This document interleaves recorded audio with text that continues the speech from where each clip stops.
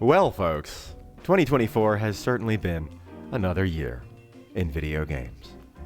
I hate it. We all hate it. CEOs are continuing to gamble with workers' livelihoods.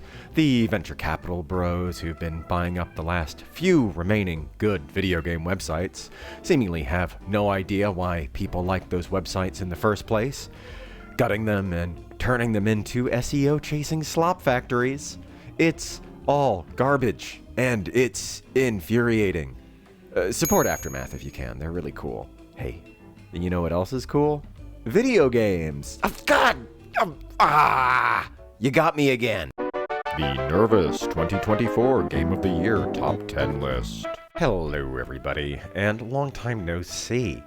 2024 has been something of a year for your old buddy Nervous, and more so than usual. You'll notice I have a new background. My partner and I spent the bulk of the year trying to move house, and then at the end of the year we finally did, and then set everything up and transferred our utilities and rerouted our mail and spent a long time sorting out council tax, and by then it was Christmas. And then I got the flu. How time flies. But hey, we've got quite a bit more space now to live our lives, and it makes a big difference. You'll notice that there's no laundry drying behind me anymore. There's still laundry, but it's just over there now. Oh! But yeah, it's been a big, busy year.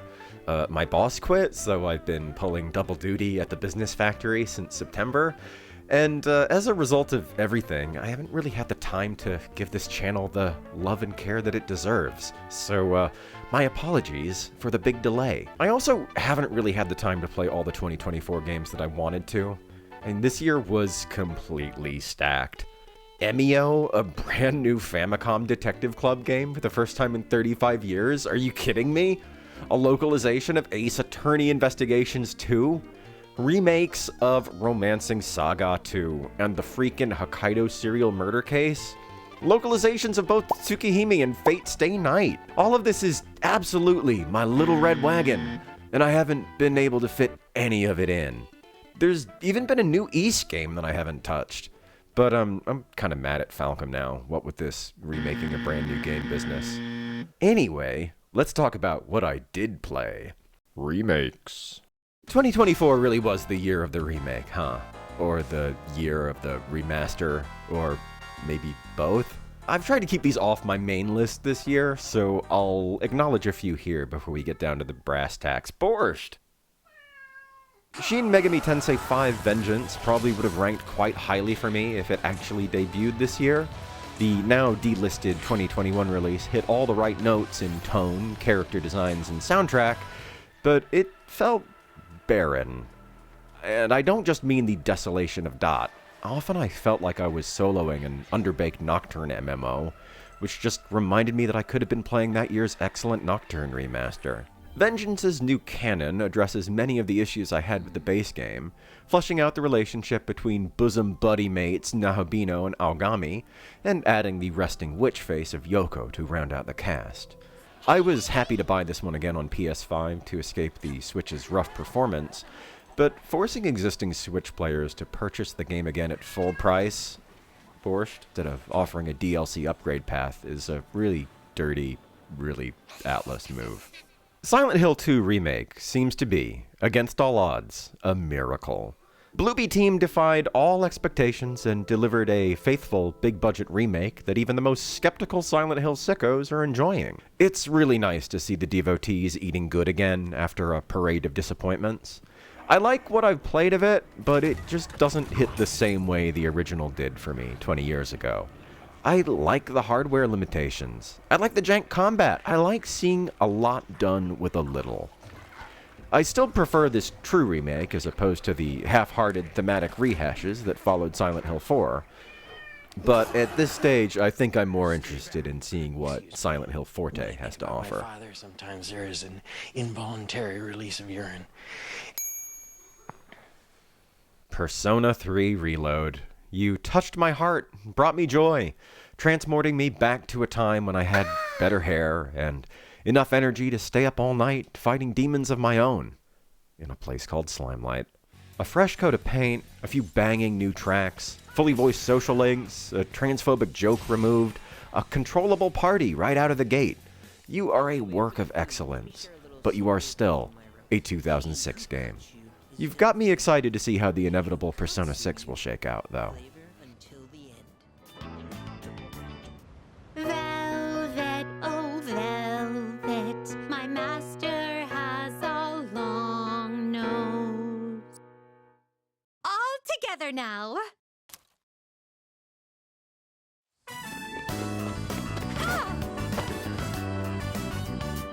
Maybe we could do some honorable mentions. Honorable mentions. Dungeon Antiqua is really cool. For the low price of like £6, you too can scour the subterranean catacombs of this cute little meld of 8-bit Final Fantasy and wizardry. Fast-paced with some roguelike elements, Dungeon Antiqua gets in and out and is perfect for short bursts on the Steam Deck while lounging on the couch after work. My only complaint is that it could stand to be a little bit meaner. I blazed through this one with minimal difficulty, but I'm really excited to see what the dev Shiramofu Factory does next. A longer, more feature-rich follow-up could be something very special. This cavern is most queer. Dragon's Dogma 2, your existence is a one-of-a-kind miracle. I love that you're here, against all odds, and I love how unrelentingly mysterious and weird you are. But I don't know if your particular brand of mystery is for me. Maybe I'm getting old and boring, but I think I need a little bit more hand-holding in my sprawling open-world RPG.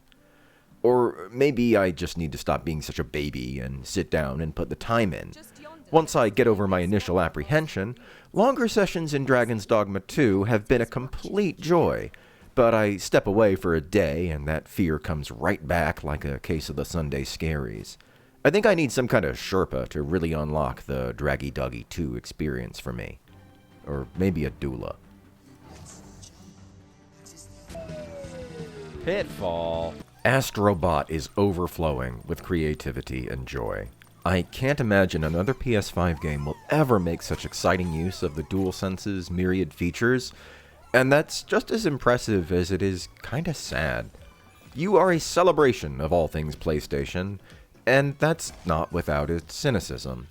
This is a parade of trademarks and mascots, conflating our nostalgia with brand loyalty, as well as a reminder of the many beloved intellectual properties that died a death a long time ago, held in limbo, unable for purchase or play on any of today's platforms. But I'm not immune to the shtick.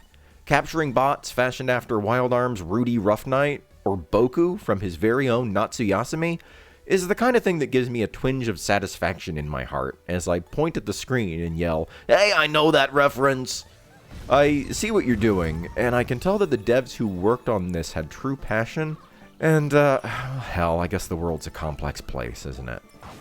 Branding aside, AstroBot is just so dang entertaining and incredible in the hands. I cannot remember the last time I played such an inventive, unique, and polished platformer outside of the mainline Mario series. You won the Keeley this year, and quite honestly, you deserved it, but that certainly means you don't need my approval. And now, without Number 10, Home Safety Hotline. Hey, have you ever worked the phone lines? I sure have. My time in the trenches wasn't without its humorous moments, but it was largely a terrible experience. Home Safety Hotline captures that experience to the letter with some added surreal horror. As the hotline's newest employee, you'll sit in front of your aging Windows terminal each day, awaiting calls from dissatisfied homeowners and trying to provide them with the kind of advice they need based on the issue they're describing. Early on, this is usually some kind of unpleasant yet banal infestation. Mice, ants, bedbugs, oh, too real. But figuring out how to solve these issues is where the challenge lies. In true phone line fashion, your callers aren't always that great at explaining things, and their vague accounts may match up with multiple safety issues. It's up to you to carefully review their statements before making a decision, otherwise you risk a dissatisfied customer calling back to make a complaint, which may end up impacting your employment status. What you sent us didn't have anything to do with our problem. I'll be sure to tell our friends not to be bothered calling. This is your first week on the job, so you're still on probation after all. The answers that you have been providing have been inaccurate. I urge you to think more carefully on the answers you provide before we are forced to terminate. You've been warned. I'm calling a plumber. Thanks a lot for wasting my time.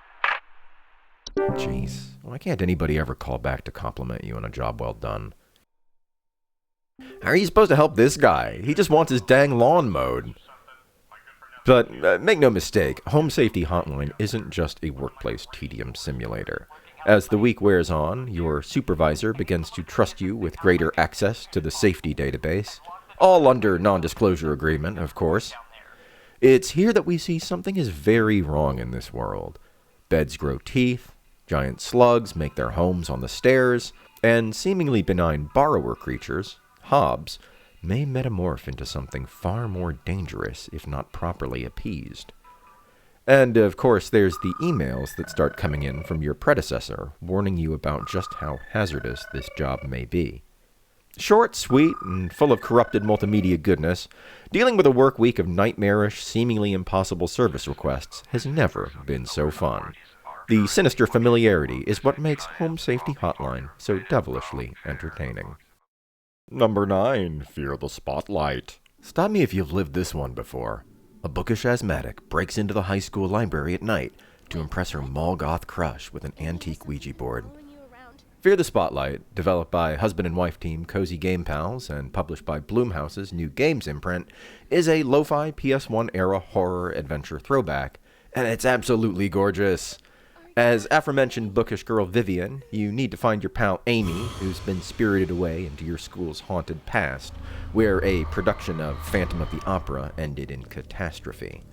This tragedy is given eldritch form as a tall man with a theater spotlight for a head, burning everything laid before its bulb. My fellow theater kids remember how hot those got. Vivian won't be engaging in any combat, instead puzzling her way through the dilapidated school. Yes, there are crank handles to find, and using the environment to hide from her supernatural pursuer. Our big bad only shows up at plot-mandated intervals, and while you're never in peril for very long, his appearances are perfectly timed and very effective. Special shout out to the sound design. Some really expert use of binaural stereo here, and if you're playing on a PS5 as I was, the DualSense speaker touches are subtle but affecting. Less is more. Fear the Spotlight is just filled with charm, with inhalers as your health pickups and apocalyptic logs taking the form of notes passed back and forth between students, before becoming lost or confiscated by the teacher, because nobody had phones back then. A little Silent Hill for teens. Silent Hill is Silent Hill for teens. This one is definitely for the millennials. Taking a trip through this chunky polygonal school will appeal to fans of Iru. All 5 of us.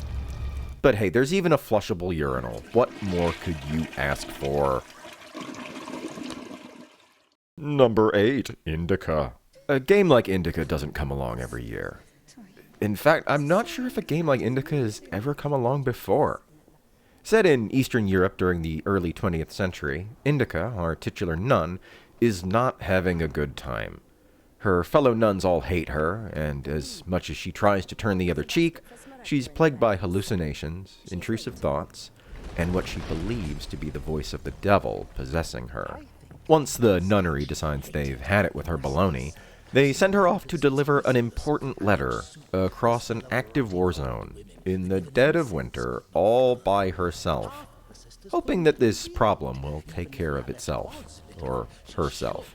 Soon, Indika ends up kidnapped by Ilya, an injured enemy combatant, and the two embark on a journey to witness a miracle, pondering the meaning of faith, justice, and existence. Along the way, things take a turn for the surreal, both within and outside of the fourth wall, as Indika and Ilya pass through gigantic fish fryers and canneries, as well as excursions into 8-bit arcade pastiches of our heroine's troubled past. Being a Russian-developed game set in a particular time period and grappling with a certain set of themes, it's my understanding that Indika borrows, at least partially, from Dostoevsky and Bulgakov. I'm not that well read, so I'm only really familiar with the latter author firsthand, But what I see in Indika is something that is not only deeply literary, but also doesn't allow this to get in the way of its identity as a video game.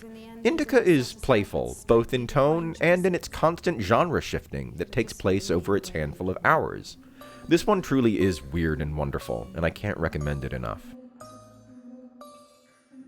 Number 7. Final Fantasy VII Rebirth. I was blown away by Final Fantasy VII Remake.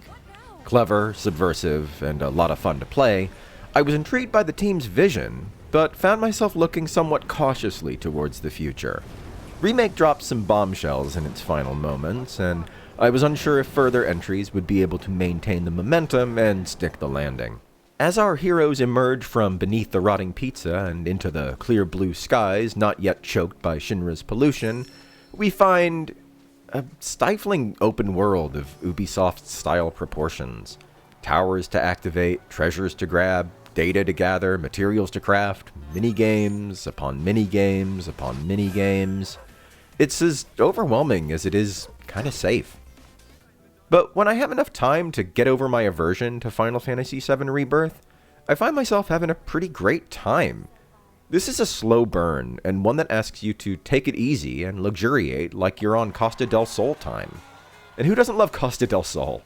Well, you might not, after being forced to engage with this holiday hotspot for an extended arc, but that's what the New Game Plus chapter skip is for. Whenever I wanted Rebirth to just get on with things, it usually made me smile with its delightful absurdity. Here, a dolphin helps Cloud fight against a giant eel before he's too afraid of touching Yuffie's breasts to assist with CPR. And here's Red wearing a disguise to look like human guys so he can moonwalk and play cards. My new favorite character, Roche, returns with a barnstormer of a boss battle, and the music still absolutely rips.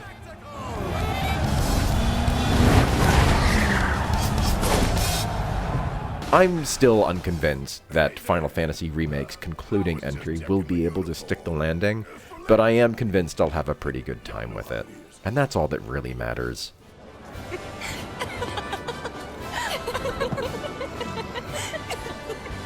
Ha ha, very funny. I could have shot you. You look... What? wow. Number 6. Slitterhead. Keiichiro Toyama has never made an uninteresting game. Slitterhead, overcoming massive delays and many development issues, still happens to be pretty gosh darn interesting. An action-adventure inspired equal parts by Wong Kar-wai and The Thing by John Carpenter, Slitterhead follows the Night Owl, an amnesiac, disembodied spirit capable of bodily possession, as he floats through the streets of a Kowloon walled city analog filled with the titular Slitterheads, parasitic insects that take on the appearance of their hosts before ripping out of their skin in a mass of chitin, pincers, and mandibles. This is a character action game, but one much quieter than you'd expect. A lot of Slitterhead's duration is wandering the labyrinthine alleyways without a map to follow up on clues before a climactic encounter with the monster of the day. Night Owl has a handful of buddies, civilians from different walks of life, struggling actors, shady doctors, even a sex worker, more on her later, who have greater aptitude for resonance with his presence. These characters, called rarities, are stronger than the everyday folks wandering the streets, and can be leveled up between missions by expending skill points. I actually had some misgivings early on with how Slitterhead perceived sex workers. The English script is happy to throw around the term prostitute haphazardly, and an early plot point where Slitterheads disguise themselves as sex workers to prey upon their Johns seemed kind of tasteless. Until we meet Anita, the aforementioned playable sex worker, keen to destroy the creatures who've been hurting her colleagues and further demonizing her trade. It's still pretty messy and leaves a lot to be desired, but props for being a bit more nuanced than what was initially presented. The story itself tends to trade in shades of gray and regularly asks, do the Slitterheads have a right to exist? They are sentient, and although they do feed on humans, there are examples like this beloved community doctor who doesn't hurt the living and only feeds on corpses set for cremation. There's a pretty disturbing mandatory fight with him where he just barely defends himself.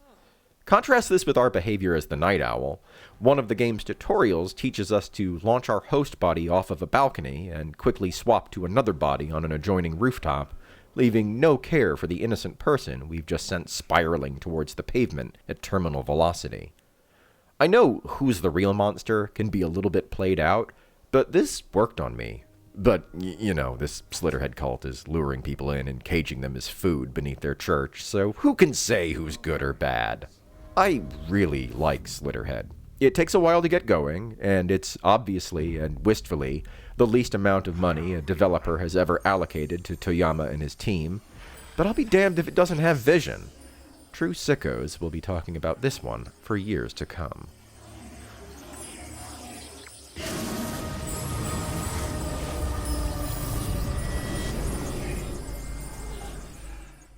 Number 5, Mouthwashing. In space, no one can hear you contact HR. The crew of the Tulpar, a freight spaceship, find themselves dashed upon the rocks of a distant asteroid following a spectacular, intentional crash. The captain is a mess of blood and bandages, the halls are blocked by safety foam, and the crew are quickly falling apart. Worst of all, you work for Space Amazon, and they're not too concerned with sending a rescue team. Bathed in an eternal artificial sunset, the crew wait out the days, weeks, and months for word of rescue. Mouthwashing's point of view character is Jimmy, who's taken on the responsibility as leader following the captain's debilitation. Alongside engineer Swansea, his intern Daisuke, and the ship's medical officer Anya, the four continue to look after Curly, the captain, and his burned, bandaged, amputated body, barely hanging on each day as the crew administer opioid pills painfully into his skinless mouth, his agonal gurgling echoing through the vents of the ship.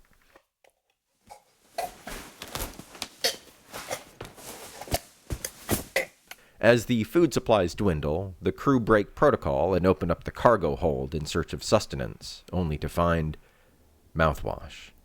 Boxes and boxes and boxes of mouthwash. Honestly, an eldritch amount. It may not fill their bellies, but it will get them drunk as they wait out the inevitable.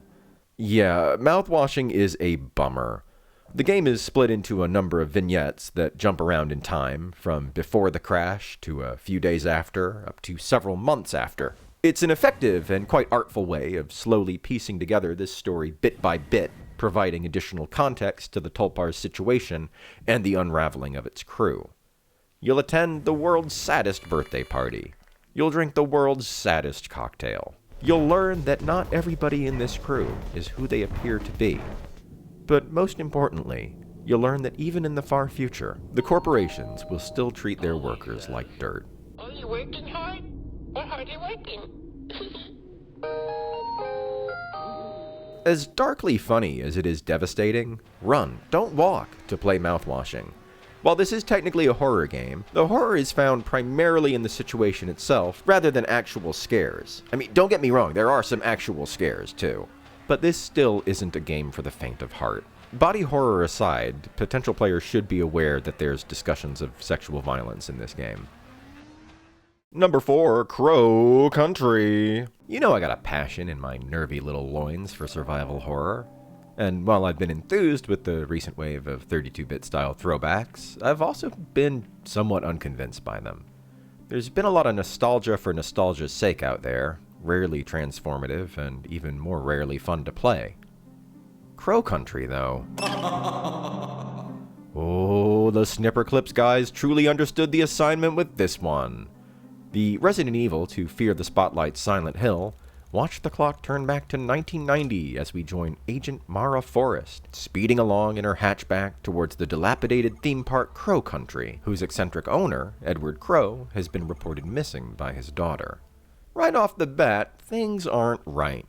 Skinless, shambling beings have been spotted within the park's boundaries, as have a number of shady characters with their own designs.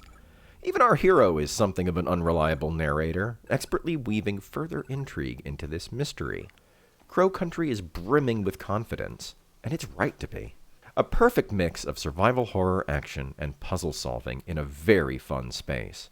Whether you're within the attractions or skulking through the staff-only areas, Developer SFB even included a difficulty option which eschews combat entirely, for those who just want to experience the story without threat. My first run took me about 3 hours, and the whole time I was hootin' and hollerin', like this little bird here. I'm not much of a speedrunner, but I could see myself trying for a personal best on my next run. Number 3, Natsu-Mon, 20th Century Summer Kid. Against all odds, Kaz Ayabe's spiritual successor to Boku no Natsuyasumi came west this year, both on Switch and Steam. Travel back to the summer of 1999 and join rosy-cheeked carny boy Satoru as his family circus troupe rolls into the sleepy countryside town of Yomogi Valley. Somewhere between Boku and Shinchan on the rambunctiousness scale, Satoru won't just catch bugs, go fishing, and hang out with the local kid detectives club. This circus brat will start scaling the side of your dang house at the drop of a hat.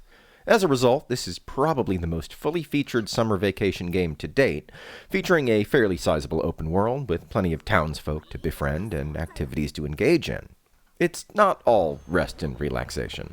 Okay, it is, but Satoru's circus is in dire financial straits, giving you the half-summer goal to secretly come up with the money they need to pay everybody and stay afloat. If you found Bokunatsu's Go Enjoy Summer sandbox to be somewhat intimidating, like I did, Natsu-Mon will give you just enough clear goals before you point yourself in a random direction to see what trouble you can get into. Ah, the wholesomeness of waking up early for radio calisthenics. Here I am playing with a mischievous spirit. Things are a little supernatural this time. And look at this! I'm collecting tar like a preteen Harry Dubois. Satoru, you got no taste. One should still definitely check out Hilltop's excellent fan patch for Bokunatsu 2 for PlayStation 2, which also released last year, but it can feel a little archaic in the hands. Natsu-Mon is probably the best introduction to Kaz Ayabe's steez. This is summer vacation at its most accessible, and it is an absolute joy.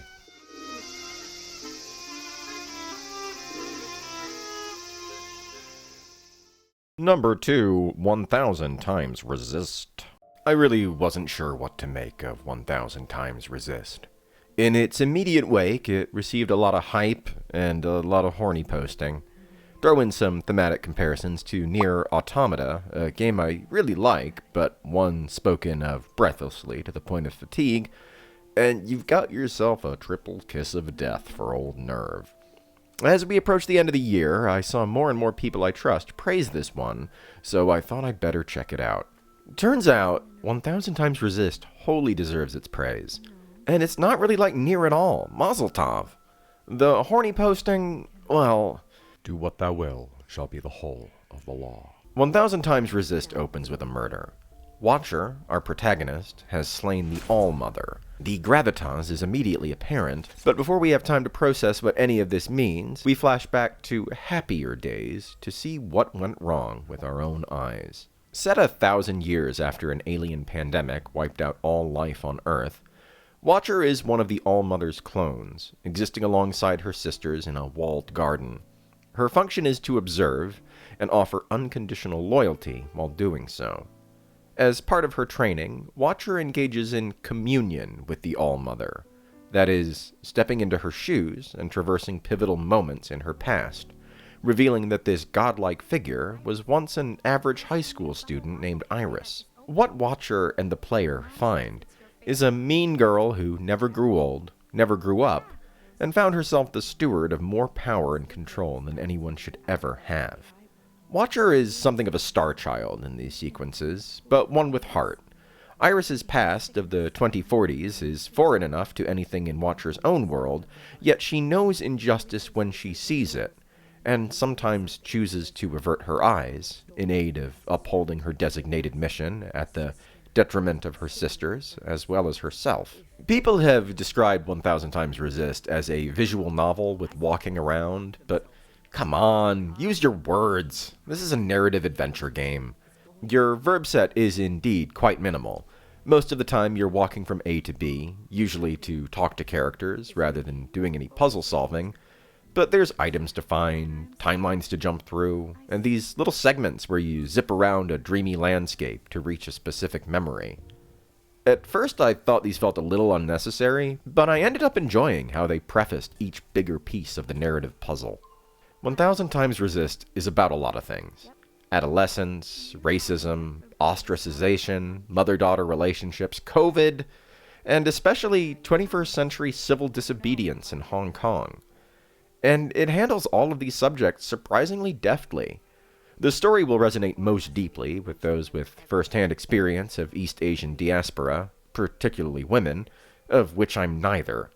There are plenty of written pieces on 1000 Times Resist by authors with more skin in the game than I, skillfully dissecting this game in a way that I could never hope to. But that doesn't mean it failed to touch my heart. Quite the contrary. Familial angst and teen ennui are languages that know no boundaries. I'm loath to say much more about 1000 Times Resist.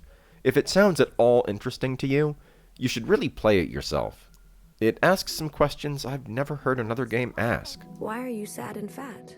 Lady, I wish I knew. And the number one game of the year 2024, Metaphor ReFantasio. Metaphor is something close to a miracle. Announced almost a decade ago with no title and a single piece of character concept art, it was tough to imagine this game ever coming to fruition, let alone being good. But it's really good. Set in a fantasy dystopia inspired by the art of Hieronymus Bosch, fascist strongman Luis rises to prominence, promising to abolish the world's rigid class system. Charismatic as he may be, his idea of change is a might-is-right dictatorship in which those deemed to be less worthy are crushed like insects. After assassinating the royal family in a coup attempt, Luis finds himself stymied by the king's magic, a supernatural contest that will only relinquish the throne to the one who genuinely captures the hearts of the people. Our hero, an ally of the exiled prince, finds himself with little recourse other than to enter the contest to provide the people a better alternative. Over the next 6 months, he'll gather a motley crew of allies and prove he has what it takes to provide a better tomorrow to the struggling populace. Metaphor's world is one with a rigid caste system, its fantasy races making up an uneven hierarchy that sees those on the bottom experience unspeakable systematic cruelty. Our hero takes solace in a banned fantasy novel he carries everywhere, one that describes a utopian vision of a modern world not unlike our own, where there is no class struggle and racism does not exist. But hey, we're a savvy audience, and we know our world's, not that, so it's safe to say there's more to this story. Metaphor is a take on modern Persona, no doubt, but leaner and different enough to feel fresh and maintain its own identity. Okay, maybe its own identity is up for debate.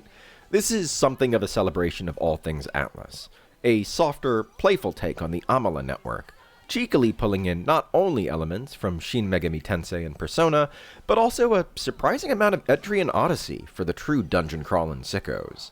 Combat is a deft mix of action and the tried-and-true press-turn battle system. You can choose to enter a turn-based battle with any monster, but those weaker than you can instead be knocked out with a couple of sword whacks right on the field. Those who are stronger can still be whacked, and should be, to enter battle with a preemptive turn for your party. Modern Persona's social link system is here too, although somewhat abridged. Refreshingly, there's no romance, only friendship, sidestepping Persona's issue of having every female character head over heels in love with the protagonist. While character stories are fewer in number and a bit shorter than those in Metaphor's sibling series, each is well written and concludes in a satisfactory manner, bringing you closer to your comrades and confidants and awarding character development bonuses. Our hero and each of his party members are bestowed archetypes, essentially personas, based on different RPG classes. Wizard, cleric, knight, what have you. Every character can change their archetype, and mastering an archetype allows you to transfer skills between them.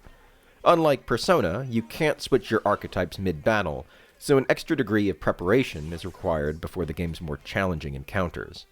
Honestly, it's a little bit like Digital Devil Saga in that sense. Metaphor engages in some pretty lofty ideas for an RPG ostensibly aimed at teens, and I found the amount of world building and consistency to be quite remarkable and refreshing.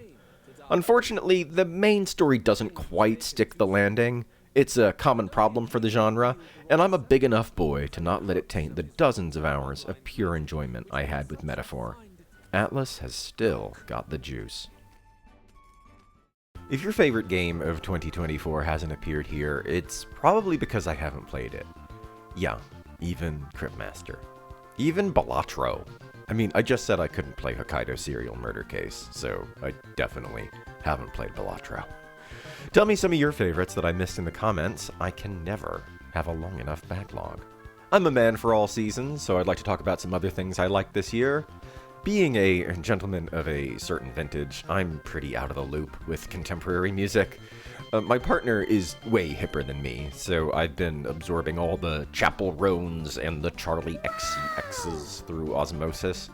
The Rise and Fall of a Midwest Princess, that should be the name of my autobiography, is pretty good. Brat is also pretty good. Both are pretty weird-ass albums with DIY sensibilities that straddle the line somewhere between pop and alternative, and they're pretty interesting to the ear. Strong recommend.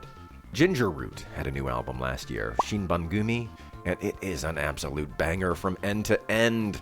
Cameron Liu's city pop-inspired, hyperactive, bittersweet jams will never get old to me, and it's been on pretty heavy rotation since its release. I didn't see a lot of movies this year. I'm pretty bad about getting out to the old theater, and our local only just reopened under new management.